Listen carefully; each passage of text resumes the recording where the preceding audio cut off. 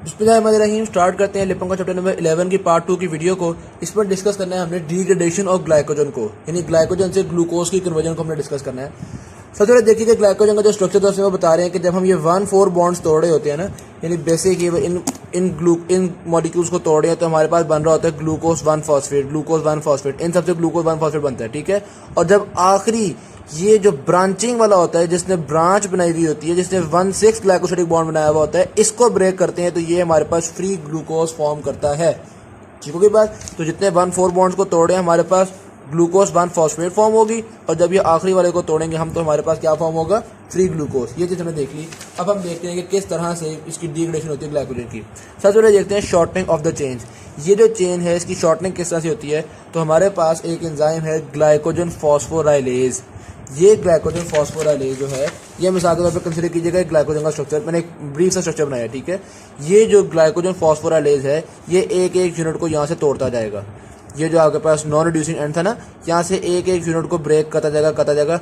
कब तक ब्रेक करेगा, जब तक ब्रांच पॉइंट में 4 यूनिट्स रह जाएं। जब ये 4 यूनिट्स रह जाएंगे ना तो फिर ये मजीद ब्रेक डाउन नहीं कर सकता। यानी इन दो को, ये इसको ब्रेक करके ग्लूकोज 1 फॉस्फेट बना देगा, इसको ब्रेक करके ग्लूकोज 1 फॉस्फेट बना देगा। जब ये 4, ये 1 2 3 4 4 रह जाएंगे ना, बस अब मजीद ये काम नहीं कर सकता। इसी तरह इसको भी, ये भी नॉन रिड्यूसिंग एंड है, यहाँ भी ब्रेक डाउन करना शुरू करेगा, इसको तोड़ देगा, इसको तोड़ देगा, इसको तोड़ देगा। जब 4 रह जाएंगे तो बस ये काम करना छोड़ देगा। तो यानी कि ग्लाइकोजन फॉस्फोराइलेज तब तक काम करता है जब तक ब्रांच पॉइंट में 4 यूनिट्स रह जाएं। और ऐसा स्ट्रक्चर जिसमें ये तमाम ब्रांच पॉइंट से आगे ये 4 यूनिट्स ही रह जाएं, जिसमें आगे ग्लाइकोजन फॉस्फोराइलेज काम नहीं कर सकता, इसको हम नाम देते हैं लिमिट डेक्स्ट्रिन। ठीक है, ये लिमिट डेक्स्ट्रिन है क्योंकि इसमें ब्रांचिंग पॉइंट से आगे 4 रह गए हैं, यहाँ पे मजीद ग्लाइकोजन फॉस्फोराइलेज काम नहीं कर सकता। क्लियर होगी बात। अच्छा, फिर एक और बात हमने बताई है कि पैराडॉक्सल फॉस्फेट जो है वो एज अ को एंजाइम काम करता है, क्योंकि ये ग्लाइकोजन फॉस्फोराइलेज में कोवलेंटली बॉन्ड होता है। तो अभी तक हमने देख लिया कि हम एक एक यूनिट को तोड़ के ग्लाइकोजन 1 फॉस्फेट ग्लूकोज 1 फॉस्फेट बनाते चले जा रहे हैं। यहाँ पे बन रहा है हमारे पास ग्लूकोज 1 फॉस्फेट। ठीक है जी, ये तोड़ तोड़ के हमने बना दी। अब मजीद आगे देखते हैं कि ये जो ब्रांच है इसका हमने क्या हल करना है। यहाँ पे हमारे पास आता है डी ब्रांचिंग एंजाइम। ठीक है, डी ब्रांचिंग एंजाइम की बाय फंक्शनल एंजाइम है। ये 2 तरह के एक्शंस करते हैं। अब उसके एक्शंस को देखते हैं। पहला तो काम कर रहा है, ये देखो, first oligo alpha 1,4 glucan transferase activity. अब ये क्या एक्टिविटी है इसको देखिएगा। बेसिकली ये क्या करता है, ये 4 यूनिट्स रहते थे ना, ये एक यूनिट को छोड़ देता है, वो वाला यूनिट जिसने 1,6 बॉन्ड बनाया हुआ है उस एक यूनिट को छोड़ देता है, उससे आगे के 3 बॉन्ड्स को, तो ये जो 3 हैं इनको अलग कर देता है। तो यहाँ पे ये ब्रेक डाउन कर देगा। ये जो पहली वाली एक्टिविटी है ये क्या है, हर ब्रांच में ब्रांचिंग पॉइंट से पहले 4 यूनिट्स रह गए थे ना, तो एक यूनिट को छोड़ दिया जिसने 1,6 बॉन्ड बनाया हुआ था, बाकी 3 यूनिट्स को इसने यहाँ से ब्रेक करके अलग कर दिया। तो यहाँ पे इसने एक 1,4 बॉन्ड को क्लीव कर दिया है, 1,4 बॉन्ड को तोड़ दिया। ठीक। अच्छा, यहाँ पे ना मैंने लेबल किया हुआ है यूनिट्स को ताकि याद करने में आसानी हो। ये हमारा पॉइंट्स है ना, तो यहाँ पे लेबल किए हुए 4 1 2 3 4 ये लेबल किए हुए हैं ABCD। ठीक हो गया। अच्छा, इसने यहाँ पे इसको ब्रेक कर दिया। अब ये जो ब्रेक करके 3 यूनिट आ गए हैं ABC, इन 3 यूनिट्स को ये किसी और नॉन रिड्यूसिंग एंड पे लगा देगा। तो इसकी एक और एक्टिविटी क्या है कि ये जो ABC टूटे थे ये इनको उतार के यहाँ पे अटैच कर देगा। तो आपने देखा यहाँ पे ABC और फिर आगे 1 2 3 4, तो ये इसने छोटी सी यहाँ पे जो चेन थी इसको उतार के यहाँ पे अटैच कर दिया। यहाँ पे इसका 1,4 ग्लाइकोसिडिक बॉन्ड बना दिया। तो ये एक ब्रांच का 1,4 बॉन्ड तोड़ता है और इसके ये जो यूनिट्स बच गए हैं इनको आगे जाके 1,4 ही बॉन्ड बना देता है। ये जो इसने आगे जाके बॉन्ड बनाया है, इस एक्टिविटी को ये नाम, इसकी वजह से इसको ये नाम दे रहे हैं 4,4 ट्रांसफरेज। ठीक है, 4,4 ट्रांसफरेज क्यों है ये, क्योंकि इसने ये 1,4 बॉन्ड तोड़ा और आगे जाके 1,4 बॉन्ड ही फॉर्म कर रहा है। यहाँ पे ग्लूकोज का कार्बन 4 लगा हुआ था ना, आगे जाके भी ग्लूकोज का कार्बन 4 ही लगा होगा। तो ये हो गया आपके पास 4,4 ट्रांसफरेज एक्टिविटी। बहुत सिंपल चीज़ थी, इसमें कोई ऐसी डिफिकल्ट चीज़ नहीं थी। ये आपके पास स्ट्रक्चर आ चुका है, यहाँ तक बात हमें समझ में आ गई। अब ये जो आखिरी यहाँ पे लगा रह गया है, ये जो आखिरी यहाँ पे अटैच हुआ है अभी तक, ठीक है, जिसने 1,6 बॉन्ड बनाया हुआ था, इसको तोड़ने के लिए हमारे पास इसकी एक्टिविटी है अमाइलो अल्फा 1,6 ग्लूकोसिडेज एक्टिविटी। ठीक है, इसको हाइड्रोलिटिकली रिमूव करने के लिए हमारे पास अमाइलो अल्फा 1,6 ग्लूकोसिडेज एक्टिविटी है, और आपको पता है जब ये टूटता है तो हमारे पास फ्री ग्लूकोज बनाता है। यहाँ पे फ्री ग्लूकोज बनेगी। मैंने आपको बताया था कि जब तक हमारा ये वाला ग्लाइकोजन फॉस्फोराइलेज जिसने इनिशियली काम शुरू किया था, ये तोड़ना शुरू किए थे, ठीक है, फिर रुक गया था क्योंकि 4 यूनिट पहले ये रुक जाता है, तो ग्लाइकोजन फॉस्फोराइलेज ने ग्लूकोज 1 फॉस्फेट बनाए थे, 1,4 बॉन्ड तोड़ के ग्लूकोज 1 फॉस्फेट बनाए थे। और यहाँ पे जब ये एक ब्रांच का आखिरी यूनिट उतरता है, 1,6 बॉन्ड वाला यूनिट उतरता है, तो वो बनाता है फ्री ग्लूकोज। ठीक होगी बात। अच्छा, अब दोबारा हमारे पास वही वाला फॉस्फोराइलेज काम कर सकता है, ग्लाइकोजन फॉस्फोराइलेज, क्योंकि आपको पता है ना वो 4 यूनिट पहले छोड़ता है। तो अब तो आप देखते हैं दोबारा ये काफ़ी सारे यूनिट हो चुके हैं, तो दोबारा यही फॉस्फोराइलेज काम करेगा और ग्लूकोज 1 फॉस्फेट बनाएगा। यहाँ से भी ग्लूकोज 1 फॉस्फेट, ग्लूकोज 1 फॉस्फेट, और इसको तोड़ता चला जाएगा। तो अब हमने इसको भी खत्म कर दिया और आहिस्ता आहिस्ता ये भी तोड़ते चले जाएंगे। दूसरी साइड पे भी हमने ये सेम चीज़ें जो मैंने यहाँ पे डिस्कस की ना, वो यहीं पे मैं यहाँ पे शो की हुई है। तो अब जब हमने मुकम्मल तौर पे डी ब्रांचिंग एंजाइम के तहत इसको भी ख़त्म कर दिया है, तो अब दोबारा एक स्ट्रेट चेन आ गई है, और यही जो हमारे पास एंजाइम था ग्लाइकोजन फॉस्फोराइलेज, ये एक एक करके इनको तोड़ता जाएगा, ग्लूकोज 1 फॉस्फेट बनाता जाएगा, ग्लूकोज 1 फॉस्फेट बनाता चला जाएगा। तो यहाँ तक मैं एक दफ़ा बातों को रिपीट कर रहा हूँ। हमारे पास सबसे पहले ग्लाइकोजन फॉस्फोराइलेज ने एक एक करके इनको तोड़ता गया और ग्लूकोज 1,4 बॉन्ड तोड़ता गया और ग्लूकोज 1 फॉस्फेट बनाता गया। ये तब रुका जब ब्रांच में 4 यूनिट्स रहते थे। ठीक, यहाँ पे भी तब रुका जब ब्रांच में 4 यूनिट्स रहते थे। अब ये जो स्ट्रक्चर है जिसमें ब्रांच से आगे 4 यूनिट्स रहते हैं, इसको हम कहते हैं लिमिट डेक्स्ट्रेन। इस पे मजीद ग्लाइकोजन फॉस्फोराइलेज काम नहीं कर सकता। यहाँ पे हमारे पास आएगा D branching enzyme. D branching enzyme क्या करेगा, एक 1,4 बॉन्ड को यहाँ पे एक यूनिट छोड़ के, ये जो एक ब्रांच में 4 यूनिट्स थे ना, तो पहला यूनिट छोड़ के बाकी 3 यूनिट्स को यहाँ पे क्लीव करेगा और 3 यूनिट्स को किसी और नॉन रिड्यूसिंग एंड पे लगा देगा। तो ये एक्टिविटी हमारे पास कहलाती है 4,4 ट्रांसफरेज एक्टिविटी। यहाँ पे किसी और यूनिट पे लगा दिया, जब किसी और यूनिट पे लगा दिया तो दोबारा हमारे पास ये जो ग्लाइकोजन फॉस्फोराइलेज है ये काम कर सकता है, क्योंकि अब दोबारा 4 से ज़्यादा यूनिट्स आ चुके हैं ब्रांच से आगे। ये तोड़ता जाएगा, ग्लूकोज 1 फॉस्फेट बनाता जाएगा, ग्लूकोज 1 फॉस्फेट, ग्लूकोज 1 फॉस्फेट बनाता चला जाएगा। गुड हो गई बात। अच्छा, ब्रांच का जो आखिरी यूनिट लगा रह गया था, इस यूनिट को तोड़ने के लिए, इस यूनिट के 1,6 बॉन्ड को अलग करने के लिए अमाइलो अल्फा 1,6 ग्लूकोसिडेज एक्टिविटी है, जो कि इस यूनिट को भी तोड़ के फ्री ग्लूकोज बना देगी। तो यहाँ से ये जो आखिरी ब्रांच का यूनिट होता है जिसने 1,6 बनाया होता है, यहाँ से हमारे पास फ्री ग्लूकोज बनती है और बाकी सबसे बनती है हमारे पास ग्लूकोज 1 फॉस्फेट। ठीक होगी बात। अब हम देखते हैं कि इस ग्लूकोज 1 फॉस्फेट को हम ग्लूकोज में कन्वर्ट किस तरह से करते हैं। तो पहले तो एक बात आपने ध्यान में लानी है, जिस वक्त हम ग्लाइकोजन की फॉर्मेशन कर रहे थे, ये वो चीज़ है जो पार्ट 1 की वीडियो में डिस्कस की थी ग्लाइकोजन की फॉर्मेशन में, तो आपको याद होगा यूडीपी ग्लूकोज हमने यूज़ किया था ग्लाइकोजन की फॉर्मेशन के लिए, और यूडीपी ग्लूकोज बना था ग्लूकोज 1 फॉस्फेट से। याद है आपको, यूडीपी ग्लूकोज 1 फॉस्फेट से बना था। तो वही ग्लूकोज 1 फॉस्फेट अब हम दोबारा बना चुके हैं, यहाँ पे भी ग्लूकोज 1 फॉस्फेट आ रहा है। तो ये ग्लूकोज 1 फॉस्फेट वापस कन्वर्ट होगा ग्लूकोज 6 फॉस्फेट में, इसी एंजाइम के तहत फॉस्फोग्लूकोम्यूटेज। ठीक है, अब देखो, जब हम ग्लाइकोजन का सिंथेसिस करवा रहे थे तो हमने कहा था ग्लूकोज 6 फॉस्फेट से ग्लूकोज 1 फॉस्फेट बनेगा और ग्लूकोज 1 फॉस्फेट फिर ग्लाइकोजन में यूज होगा। अब तोड़ते हुए हम कह रहे हैं कि जब ग्लाइकोजन को तोड़ेंगे तो ग्लूकोज 1 फॉस्फेट बनेगा और ग्लूकोज 1 फॉस्फेट को हम कन्वर्ट करेंगे ग्लूकोज 6 फॉस्फेट में। ठीक है, उसी एंजाइम, क्योंकि ये रिवर्सिबल रिएक्शन था तो एंजाइम भी सेम है, फॉस्फोग्लूकोम्यूटेज, ये उन्होंने लिखा हुआ है फॉस्फोग्लूकोम्यूटेज। अब ग्लूकोज 6 फॉस्फेट के साथ क्या सलूक किया जाए कि इससे हम ग्लूकोज बनाएं। तो ग्लूकोज 6 फॉस्फेट को हम भेजते हैं एंडोप्लाज्मिक रेटिकुलम के अंदर और एंडोप्लाज्मिक रेटिकुलम में इसके फॉस्फेट को रिमूव करते हैं। गुड हो गई बात। ये वाला जो काम है इसके लिए 2 एंजाइम्स हैं। पहले इसको एंडोप्लाज्मिक रेटिकुलम में भेजने के लिए एंजाइम यूज करते हैं glucose 6 phosphate translocase, glucose 6 phosphate translocase endoplasmic reticulum में भेजने के लिए, और फिर एंडोप्लाज्मिक रेटिकुलम के अंदर इस फॉस्फेट को रिमूव करने के लिए एंजाइम का नाम है ग्लूकोज 6 फॉस्फेटेज।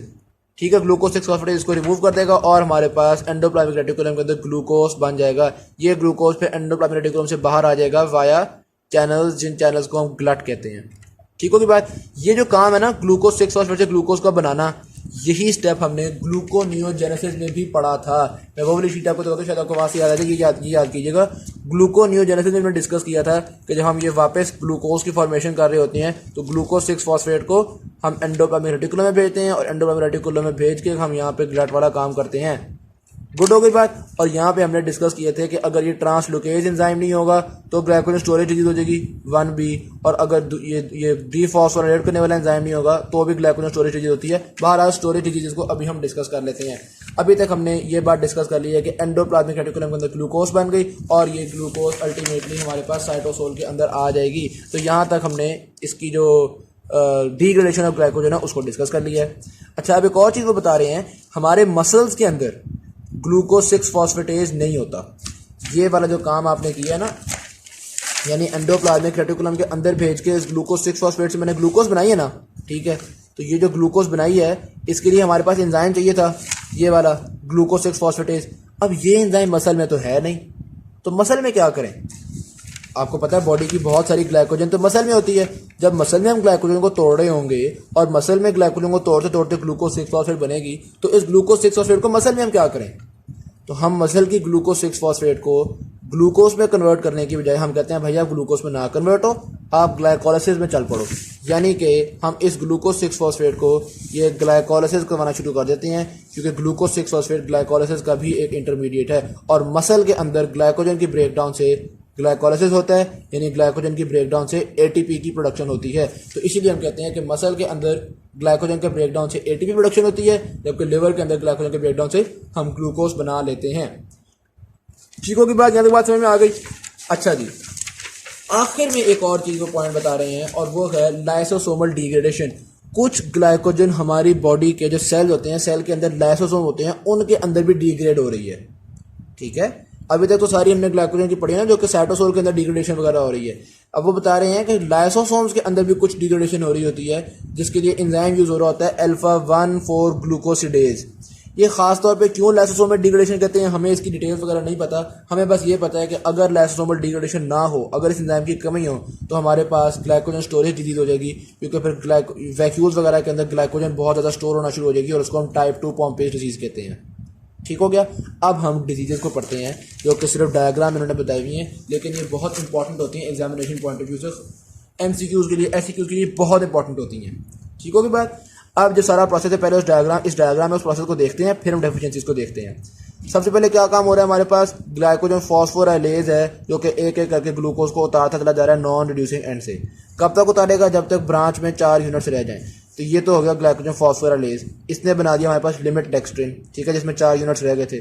फिर इन 4 में से एक को छोड़ के बाकी 3 को तोड़ देंगे, ठीक है, और तोड़ के हम यहाँ पे लगा देते हैं। तो ये जो ABC वाले हैं वो आप देखते हैं यहाँ पे लग गए, ये हमने देखा लंबी चेन बन गई और 1 यूनिट रह गया था।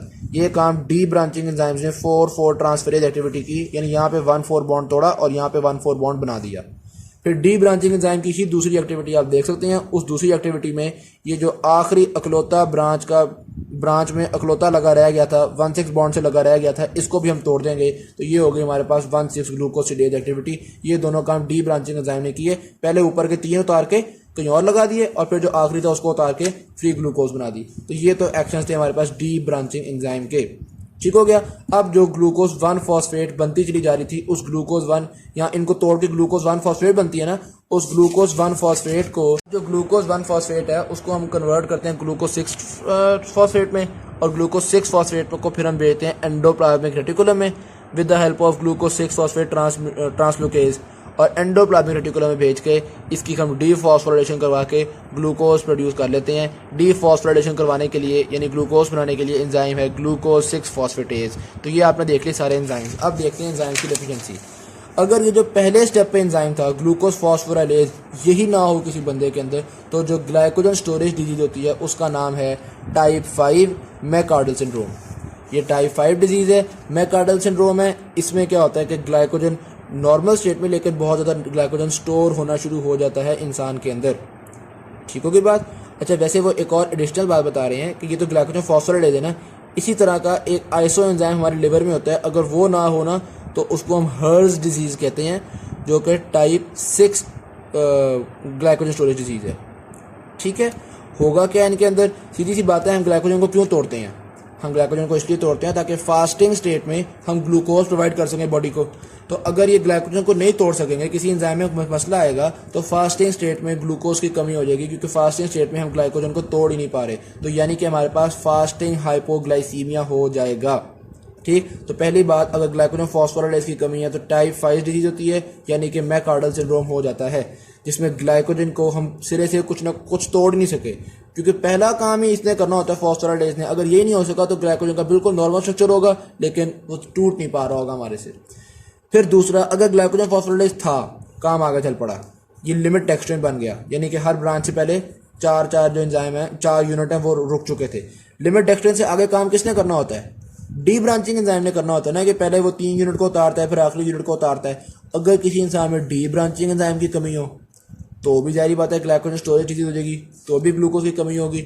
उस ग्लाइकोजन स्टोरेज डिजीज को, डी ब्रांचिंग एंजाइम की कमी को हम कहते हैं कोरीज डिजीज, जो कि एक टाइप 3 ग्लाइकोजन स्टोरेज डिजीज है। चीकू के बाद 2 डिजीजेज पढ़ ली, इसमें भी फास्टिंग हाइपोग्लाइसीमिया होगा, कि जिस वक्त फास्ट भूख के वक्त में हमारे पास ग्लूकोज की कमी है। यहाँ तक बात क्लियर हो गई, 2 तरह की पढ़ ली हमने। तीसरा आता है, अगर ये ग्लूकोज 6 फॉस्फेटेज ही ना हो हमारे पास, यानी हम ग्लूकोज 6 फॉस्फेट को ग्लूकोज में कन्वर्ट करने की काबिलियत ही ना रखते हो, तो अगर ग्लूकोज 6 फॉस्फेटेज ना हो तो इसको हम कहते हैं वॉन जेरिक्स डिजीज। ठीक हो गया, ये टाइप 1A है, type 1A glycogen storage disease है। Type 1A glycogen storage disease कौन सी है? जिसमें हम ग्लूकोज 6 फॉस्फेट को ग्लूकोज में कन्वर्ट ही नहीं कर पा रहे। सही होगी बात। और अगर इस ग्लूकोज 6 फॉस्फेट को एंडोप्लाज्मिक रेटिकुलम में ही नहीं भेज पा रहे, आपको पता है ना, ग्लूकोज 6 फॉस्फेट को पहले एंडोप्लाज्मिक रेटिकुलम में भेजते हैं, फिर डीफॉस्फोराइलेट करते हैं। अगर एंडोप्लाज्मिक रेटिकुलम में ही नहीं भेज पा रहे, यानी ट्रांसलोकेज ही नहीं है, तो वो होगा आपके पास type 1B glycogen storage disease. और अगर एंडोप्लाज्मिक रेटिकुलम में भेज दिया, भेज के इस ग्लूकोज 6 फॉस्फेटेज की कमी है, तो फिर होगा आपके पास टाइप 1A, ये वाली टाइप 1A डिजीज। इसमें भी हमारे पास स्वेयर फास्टिंग हाइपोग्लाइसीमिया है, क्योंकि हम ग्लूकोज को प्रोड्यूस नहीं कर पा रहे, आखिरी स्टेप तक पहुंच गए थे लेकिन आखिरी स्टेप नहीं कर पा रहे। तो यहाँ तक तो हमने जो नॉर्मल साइटोसोल में हो रहा था वो वाला काम डिस्कस कर लिया। आखिर में हमने पढ़ा था लाइसोसोमल डिग्रेडेशन। तो अगर ये लाइसोसोमल डिग्रेडेशन वाला एंजाइम, यानी जो लाइसोसोम के अंदर ग्लूकोज को तोड़ता है, वो वाला एंजाइम नहीं होगा, तो हमारे पास टाइप 2 डिजीज होती है, जिसको हम पोम्पीज डिजीज कहते हैं। यहाँ पे लिखी हुई उन्होंने पोम्पीज डिजीज, ठीक है, जो कि सिर्फ लाइसोसोमल डिग्रेडेशन इन्वॉल्व होती है। सारी ग्लाइकोजन स्टोरेज डिजीज में सिर्फ एक डिजीज है जो कि लाइसोसोम के प्रॉब्लम की वजह से हो रही है, और वो है पोम्पीज डिजीज, वो है टाइप 2 डिजीज। यहाँ तक हमारे पास कंप्लीट होती है डिग्रेडेशन ऑफ ग्लाइकोजन को, या ग्लूकोनियोजेनेसिस भी, ग्लाइकोजिनोलाइसिस भी कहते हैं इसको हम। बाकी इंशाल्लाह हम पार्ट 3 की वीडियो के अंदर इस चैप्टर को डिस्कस करेंगे। Thank you very much. Allah.